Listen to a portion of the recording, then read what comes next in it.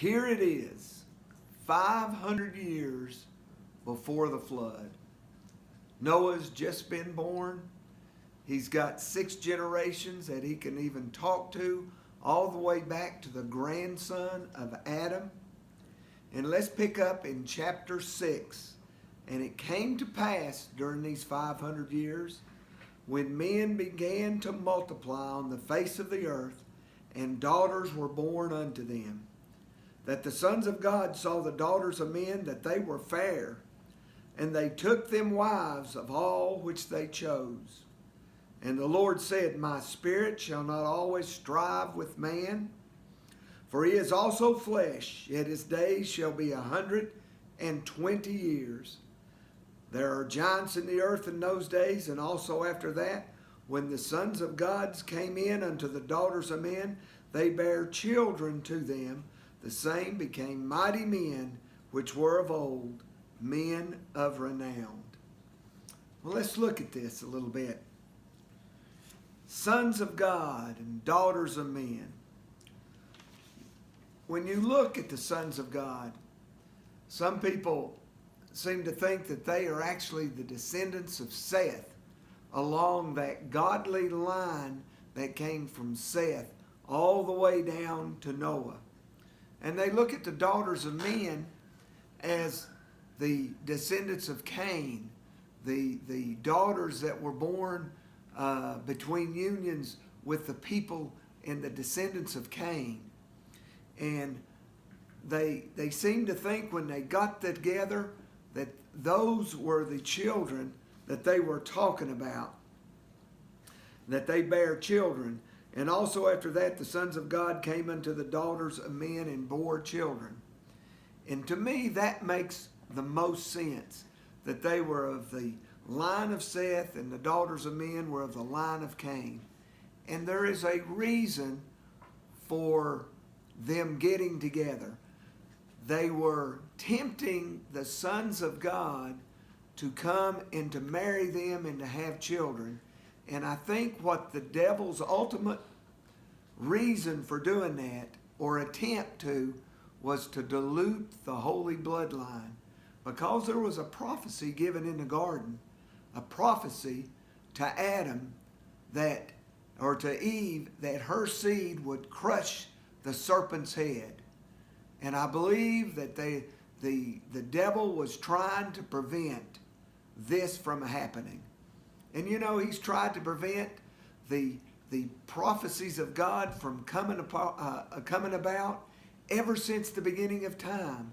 He tried to eliminate Jesus Christ off the earth when they killed all the children in Bethlehem at the age of 2 and under. And even in the book of Revelation, the dragon was there ready to destroy the seed of the woman. So you can see that there is this satanic plot that wants to do away with the plan of God.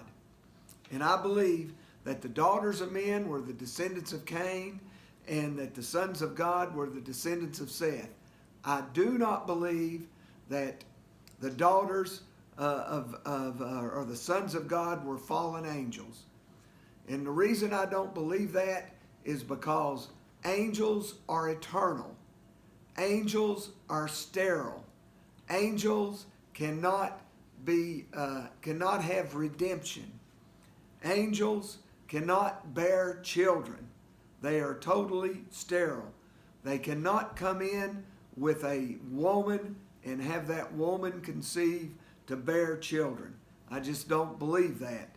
I know there's a lot of people that try to make that argument, but I don't see how that could be. And then it said that the Lord said, My spirit shall not always strive with man, for he is also flesh, yet his days shall be 120 years. And I've heard it all my life that is the limit that a man can live. Well, I don't think so. I think God was talking about the 120 years being the time until the flood came. I believe it was 380 years after the birth of Noah, and there was 120 years till there was going to be a flood on the earth, and they're all flesh other than Noah and the 8 souls saved on the ark would be destroyed. And the reason I say that is God is not a man that he should lie. And God said if he had set 120 years to man, then Abraham, when he was born, 10 generations after the flood, he lived to be 175 years. And other people lived to be over 120. And I believe that you could still live as long as you can. And there's no set time that a man is set to die other than when God calls his spirit home. Now, when you look, there are two paths that man can walk on. The path of good and righteousness, or the path of evil. Seth and his descendants were on the path of righteousness. Cain and his descendants and the daughters of men were on the path of evil. And there's always been these two paths ever since the devil was cast out of heaven and came to this earth. Isaiah 14:12 says, "How art thou fallen from heaven, O Lucifer, son of the morning? How art thou cut down to the ground, which did weaken the nations?" Jesus said in Luke 10:18, "And he said unto them, I beheld Satan as lightning fall from heaven." In Revelation 12:9, "And the great dragon was cast out, that old serpent called the devil and Satan, which deceiveth the whole world. He was cast out of the earth, and his angels were cast out with him." So folks, we can see the beginnings, even all the way back into Genesis 6. The scripture is confirmed all the way, even through Revelations.